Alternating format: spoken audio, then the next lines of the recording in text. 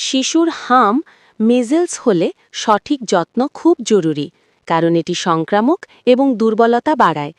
নিচে সহজভাবে করণীয়গুলো দিলাম। শিশুর যত্ন কিভাবে নেবে। ১.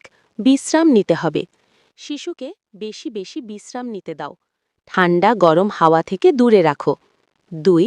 পানি ও তরল খাবার খাওয়াতে হবে। ডাবের পানি, স্যুপ, ওআরএস খাওয়াও। ডিহাইড্রেশন যেন না হয় সেদিকে খেয়াল রাখতে হবে। ৩. পুষ্টিকর খাবার খেতে হবে।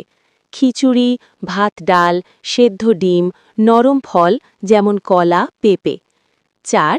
জ্বর ও ব্যথা নিয়ন্ত্রণ করতে হবে। হালকা গরম পানি দিয়ে শরীর মুছে দিতে পারো। ডাক্তার যেটা দেয়, যেমন প্যারাসিটামল, সেটাই ব্যবহার করো।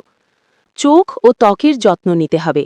চোখে সমস্যা হলে পরিষ্কার পানি দিয়ে আলতো করে মোছো। ত্বক পরিষ্কার রাখতে হবে।